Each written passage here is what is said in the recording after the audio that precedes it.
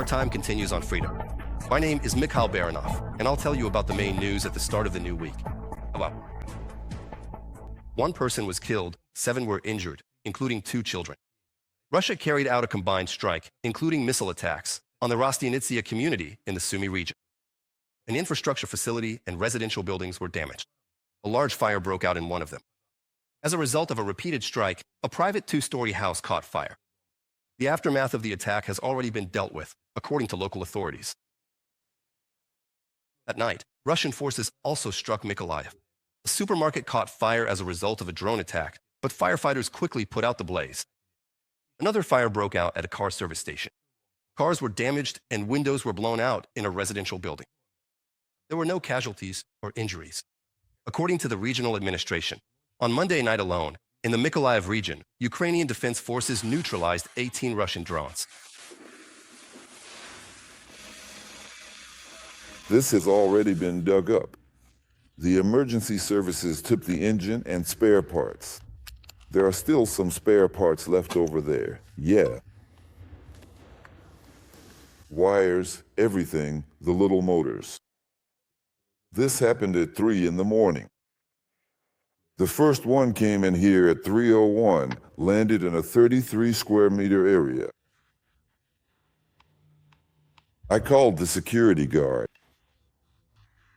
Found out if he was alive or not. Yeah, we called the fire department. Basically, since 5 in the morning we've been dealing with this, measuring things here. The client's cars have already been taken away. The consequences are really bad. Our cutting machine in the office broke down. It's our company's. Everything is ruined. We don't even know if we'll be able to fix it, to get it running again, or if our company will even be able to start up at all. What kind of work did you do? Furniture manufacturing. Now we have to call people and cancel orders. Well, like I said, that was really the heart of our business, and all our machines were there. And all of them were completely destroyed, and that's very, very, very tragic. Russian forces shelled the Korabelny district of Kherson again. A local resident was wounded. He is now in the hospital in moderate condition. In the morning, Berislav also came under Russian attack. 5 explosions were recorded in the central part of the city. According to local authorities, the attack damaged residential buildings and infrastructure facilities. Overnight on Monday, Russia launched 3 aeroballistic missiles at Ukraine, a Kinzel for Iskander-M ballistic missiles, and nearly 140 drones. According to the Ukrainian Air Force, the defenders of Ukraine's skies shot down one of the Kinzels, as well as neutralized 115 Russian drones in the north, south, and east of the country. Missile and attack drone strikes were recorded at 11 locations. They survived the blackout, but are constantly under fire from the Russian army. Residents of the Chernihiv region are adapting to the increased attacks from the aggressor.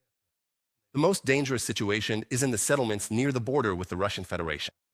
Our correspondents have prepared a report on how people in the Chernihiv region live and work.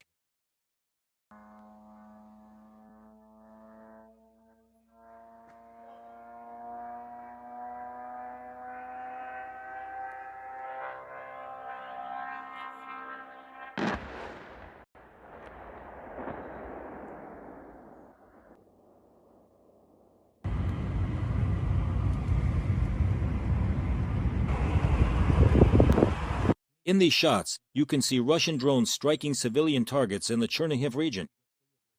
Rescuers from the emergency service and regional power company workers are dealing with the aftermath, risking their lives. We know our families are waiting for the power to come back. Relatives, close friends. Therefore, we are ready to work both night and day, in any weather. Russian drones currently pose the main danger to rescuers and repair workers, who deliberately hunt for their transport. In October, 2 Chernihiv power workers died while performing work. Frein. Gazelle. Right away the crane, and then, when we arrived. To help. To rescue, so while we were grabbing the ladder to lay it down. The second. Die. They came again, once more. They hit the fire truck too. The fire truck had arrived. Residents of one of the areas in Chernihiv region most affected by Russian strikes, Koryokivka district, recall the Russian attacks with horror. The rumble was insane, and the wall was shaking back and forth. It was brick. It's not like it's something else. And then the explosion, the fire. That was the first time. And then it got better. Actually, it got better. I can't really say anything because it's... Let's go, we're leaving.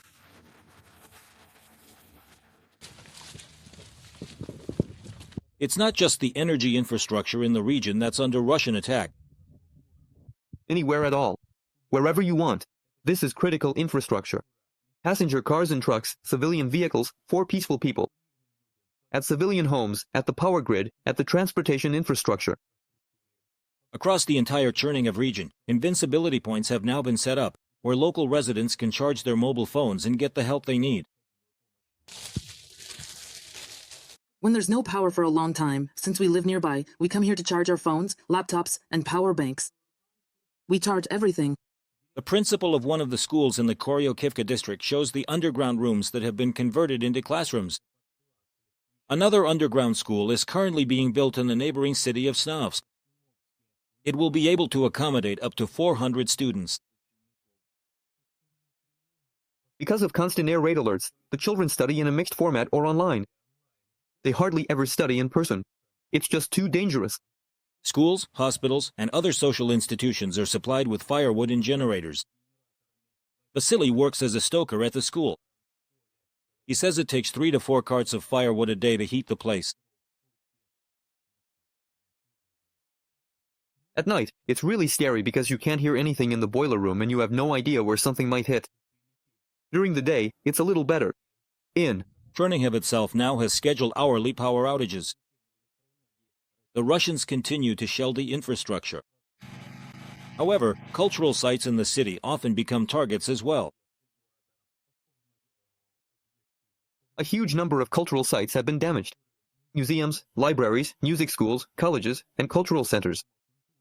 The Russian army is basically destroying everything. And unfortunately, there are already hundreds of damaged cultural institutions in the Chernihiv region. Nevertheless, city life in Chernihiv does not stop. Cafes, pharmacies, and stores operate on generators during power outages. We're going to bake some pumpkin. Make pumpkin. Cream soup. When the power goes out, sometimes there are actually more customers than usual. It's like a little point of resilience for us. People come here, drink tea and coffee, and warm up. We donate about 20 to 25% of our products and bread to charity. Some of it stays here in Chernihiv, and we also send some to the Sumy region, the places where stores aren't working or where people are really struggling. According to the Chernihiv Regional Military Administration, on average, Russian occupiers carry out more than 300 strikes on the region each week. 50 settlements are under attack, facing hundreds of strikes.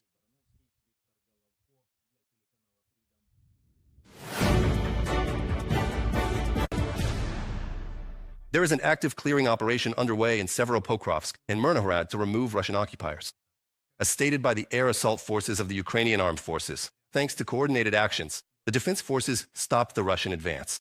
In these areas, they also prevented the enemy from cutting the road connecting Pokrovsk and Rodinsk. To counter the occupying army, the defense forces continue to bring in more assault units and special forces. The situation in Myrnohrad is tense, but under control. Enemy forces have been detected on the approaches to the southeastern outskirts of Myrnohrad.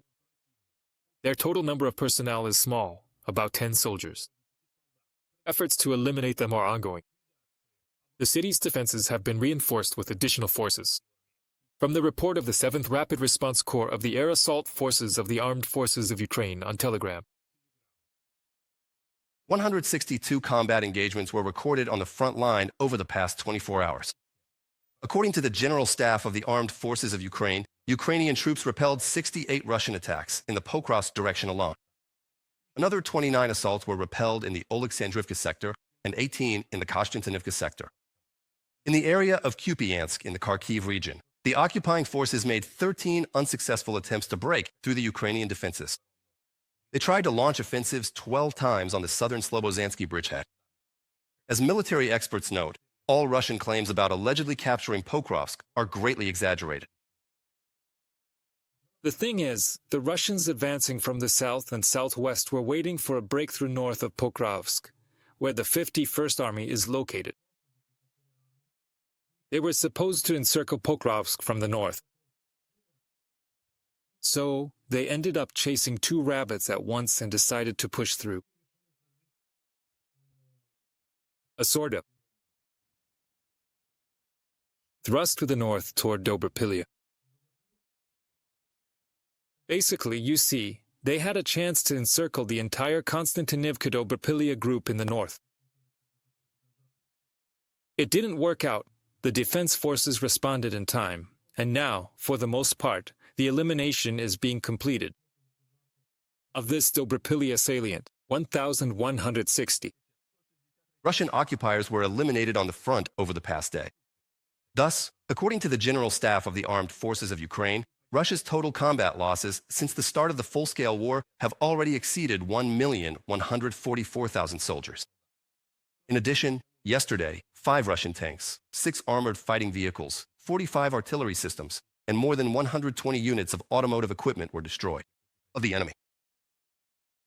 Since the beginning of this year, Russian bombers have dropped 128 aerial bombs on regions of Russia and temporarily occupied territories of Ukraine. This statistic is reported by the publication Astra. Journalists note that the Russian army has started equipping Soviet-era munitions with universal planning and correction modules. After this kind of upgrade, FABs are fitted with wings and satellite guidance, allowing the bombs to be launched directly from Russian territory. But because of the modifications, the bombs don't always reach their targets and sometimes fall on Russian territory. The Kremlin tries to cover up such incidents. The General Staff of the Armed Forces of Ukraine confirmed the strike on the oil refinery in Saratov. A fire broke out at the facility. A hit was recorded in the area of the oil processing units. The Saratov plant is one of the oldest in Russia. As of 2023, it was processing almost 5 million tons of oil per year. The General Staff of the Armed Forces of Ukraine also reported strikes on several Russian army logistics facilities. Fire was also directed at the occupiers' logistics facilities in the temporarily occupied Luhansk region. Specifically, a warehouse of material and technical supplies in the settlement of Roskishno and a mobile stock of fuel and lubricants in Dalzhansky were hit. The defense forces are systematically carrying out a set of measures to strike critical elements of the military-industrial base of the terrorist state in order to deprive it of the ability to continue its aggression. From the statement of the General Staff of the Armed Forces of Ukraine on Telegram. The main intelligence directorate of the Ministry of Defense of Ukraine confirmed the destruction of additional air defense facilities belonging to the Russian occupiers in temporarily occupied Crimea. The GUR emphasized that the operation was carried out during the night of November 1st to 2nd. As a result of the strike, an explosion occurred. Among the targets was the command post of the Russian S-400 Triumph surface-to-air missile system, which was stationed at a combat position. The Russian multifunctional radar station 92 and 6E and the autonomous power supply equipment for the S-400 command post were destroyed. GR specialists also successfully struck the AORL-AES airfield surveillance radar and the P-18 radar, a track of the Russian occupation army. The armed struggle continues. From a statement by the main intelligence directorate of the Ministry of Defense of Ukraine on Telegram.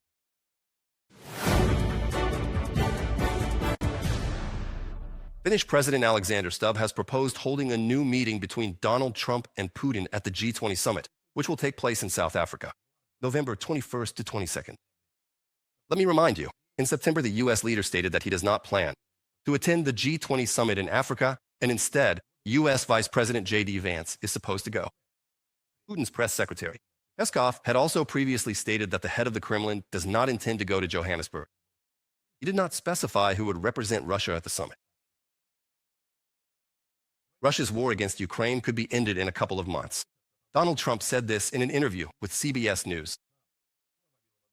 He is convinced that he can achieve an end to the war, and that Russia's desire for economic relations with the United States could motivate Moscow to seek peace. There is no last straw here. This is a tough war for Putin. He has lost a lot of soldiers. Maybe 1 million. That's a lot of soldiers. And it's hard for Ukraine. It's hard for both of them. Sometimes you have to let situations play out, reach the breaking point, so that everyone understands it themselves. Subscribe to The Gaze and stay updated on the most important events, top news from Ukrainian all over the world, in-depth analysis, exclusive reports and interviews, all on hand in our channel. Join our community of viewers and stay tuned.